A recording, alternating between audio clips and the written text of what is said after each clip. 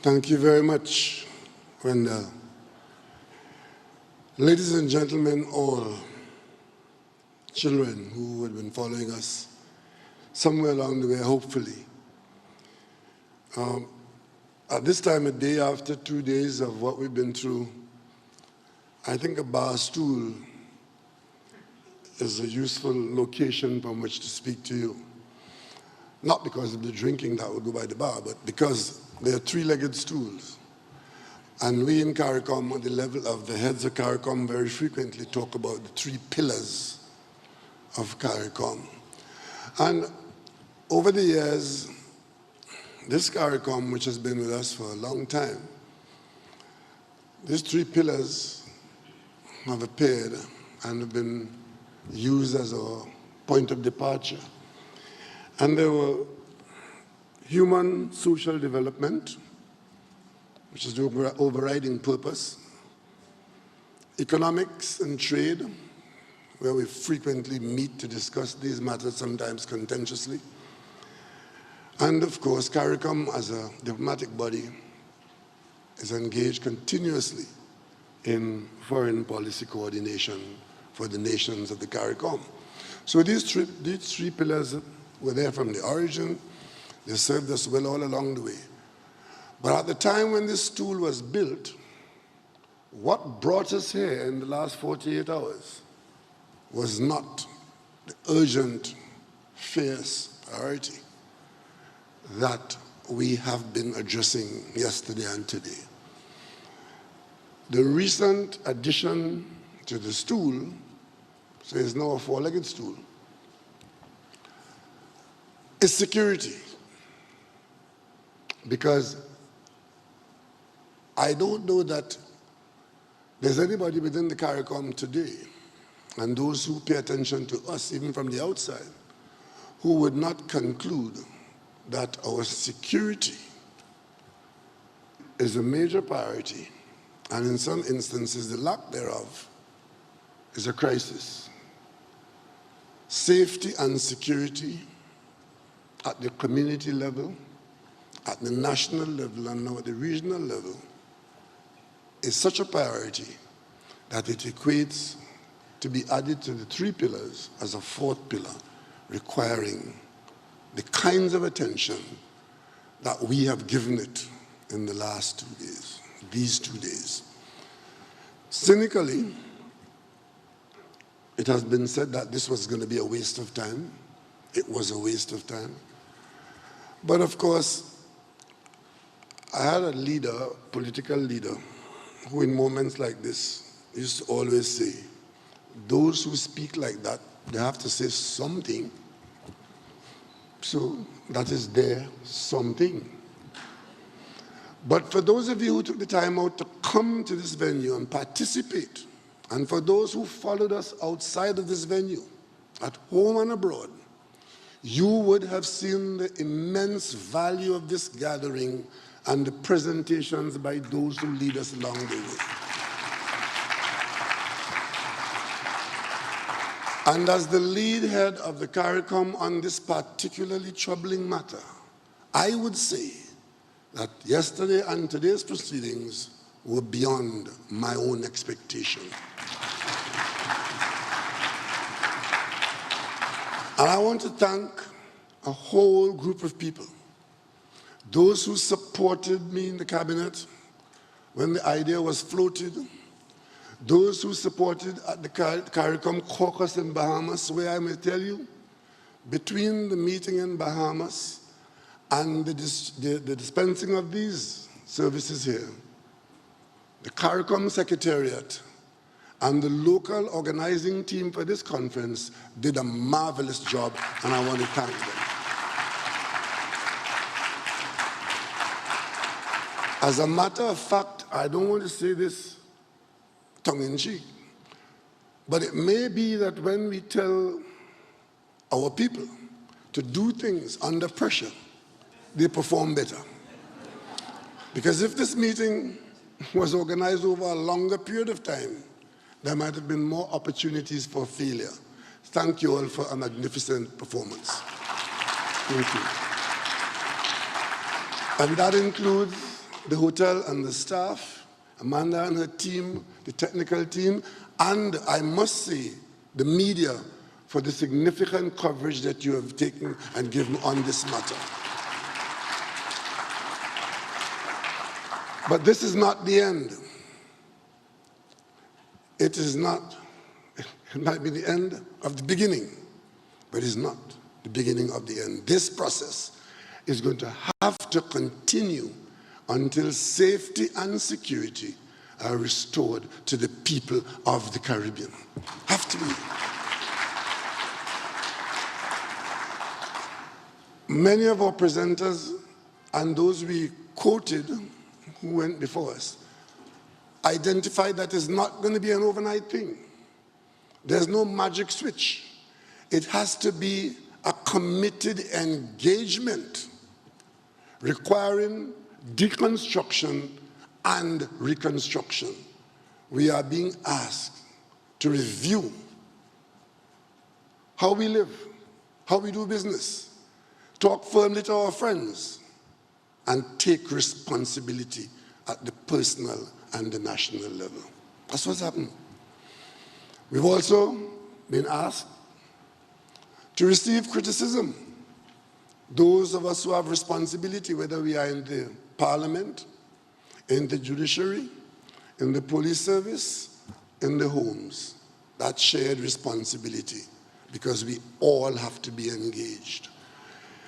Some levels of obsolescence have been identified, where we've been asked to solve in a digital world, digitally generated problems with analog approaches. We have to change. We've been asked to change. Change sometimes brings conflict, but there's no success without that change being made. I am not here this afternoon winding up this gathering, intending for 1 minute to identify excellence where everything was excellent, whether we agree or not. And there's nothing that I could add to the performances of our experts, starting with Dr. Isben Williams, who I want to recognize, because my own role in this matter as a head of government was driven by my understanding, accepted at the feet of Dr. Williams, Isben Williams of St. Kitts, psychiatrist that he is, an old colleague of mine from Mona, who insisted that this problem will call us and will have to be addressed, whether we like it or not. And thankfully, we have started addressing it here in Port of Spain on Monday, the 17th of April, 2023. And there's nothing I can add to the technical presentations of experts, and if I may point out the political expert, Dr. Ralph Gonzalez, who spoke for all his colleagues without fear or favor, malice or ill will. He said a lot of what all of us want to see. And of course, the only other person I want to make reference to is the energy of that young lady, Miss Renee Atwell, who spoke for the young people on the stage today.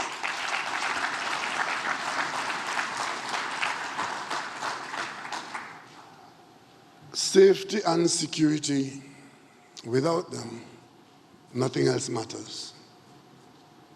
The question is, are we as a people prepared to make the numerous adjustments that have been identified in these discussions as requirements for what we seek? A communique is going to come out from this room, signed by the CARICOM leaders, that will go to our major trading partner and friend up north in Washington, indicating that we have identified that a major component of the contribution of our circumstance is the seemingly unregulated, illegal flow of guns and ammunition into our territories coming from the United States. And we believe, and I welcome the US Ambassador, it wasn't meant to be like that.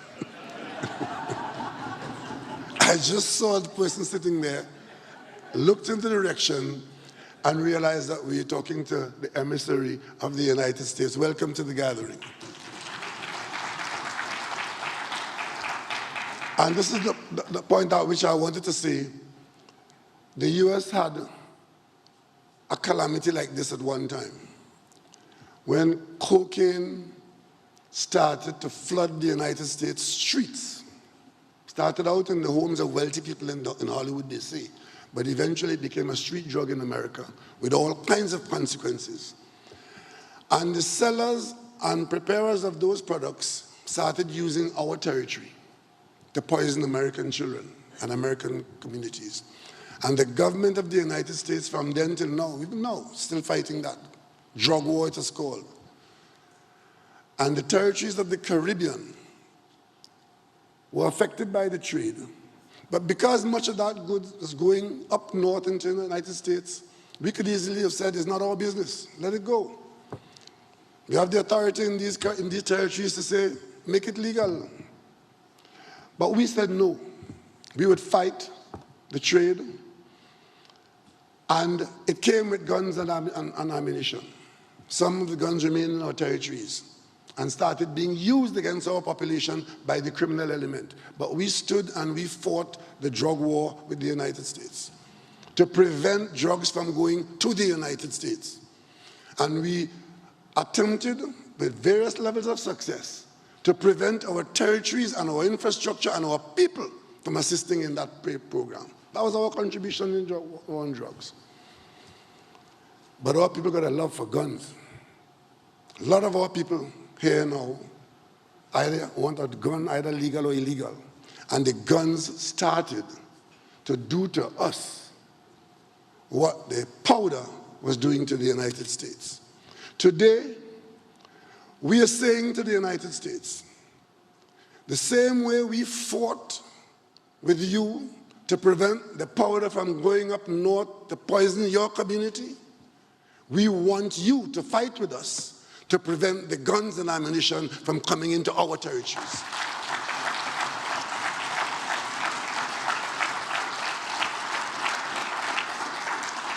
It cannot be that we fought and are still fighting and still being hurt by the drug war and the drug traffic and the drug trade, because that was of interest to the United States population. And now that guns and ammunition are destroying and threatening to destroy our own sovereignty and our total societal arrangements, that is of no interest to the American population. Cannot be.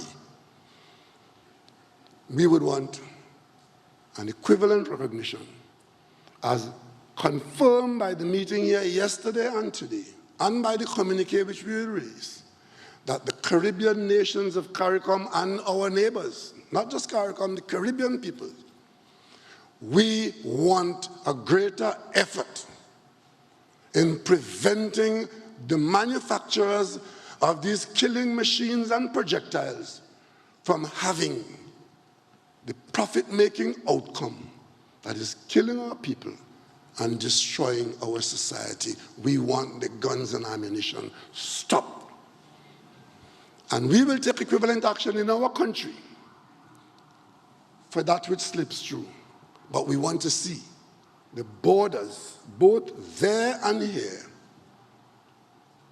so secured that it will become difficult for that kind of business to so easily wreak this kind of havoc on Caribbean societies. That's all we ask.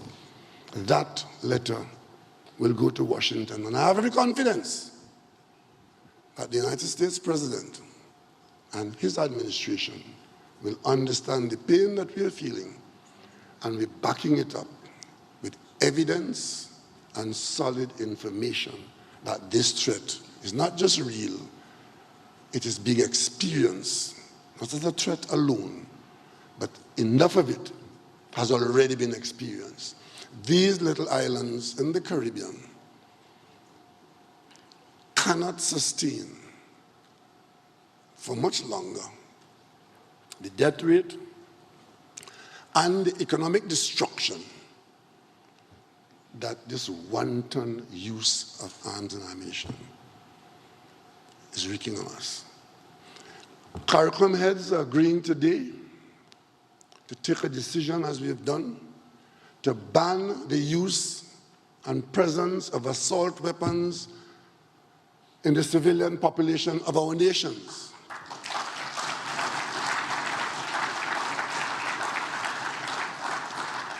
And we are undertaking, and all of these undertakings will have serious economic consequences, budgetary consequences, undertaking to provide greater support for those who need it, and to do fundamental restructuring of our education system.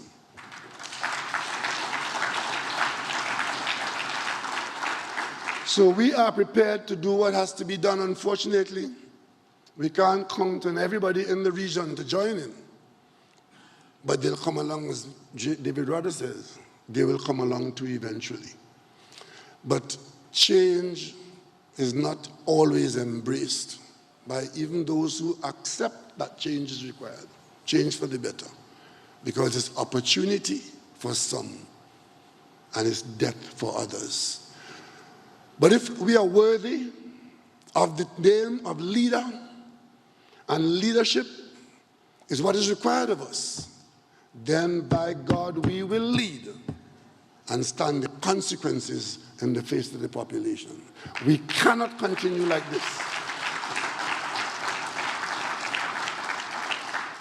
And for those who only see the fight against crime as political opportunity to be exploited, I ask you to think again, because maybe in the end, there'll be nothing to exploit. Ladies and gentlemen, if we have done nothing yesterday and today, we would have done this. Acknowledge that there is this problem, and the scale and scope and potential for disaster has been identified. It's been done. The question is, do we have the will to do what is required to be done, not under the banner of any political party, or in this case under the flag of any one nation, but in defense of what Dr. Williams would have called the Caribbean nation. That's where we are. It falls to us now. And there's no point in saying that others should have done it before, except to remind ourselves that if we don't do it now, failure would have been our portion. And we have an option now to do something that those who have gone before don't have now. So I am very grateful that my colleagues in the CARICOM have taken the time to come here and spend 2 days. And I can tell you, it's not very often that CARICOM leaders are always busy. Not very often they come and sit in a CARICOM meeting for 2 days as attentively as they have done. This issue has grabbed the attention of all the CARICOM leaders, and I hope it has grabbed the attention of all our CARICOM people.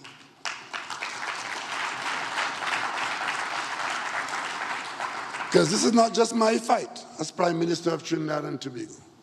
It is not just his fight as Chairman of CARICOM.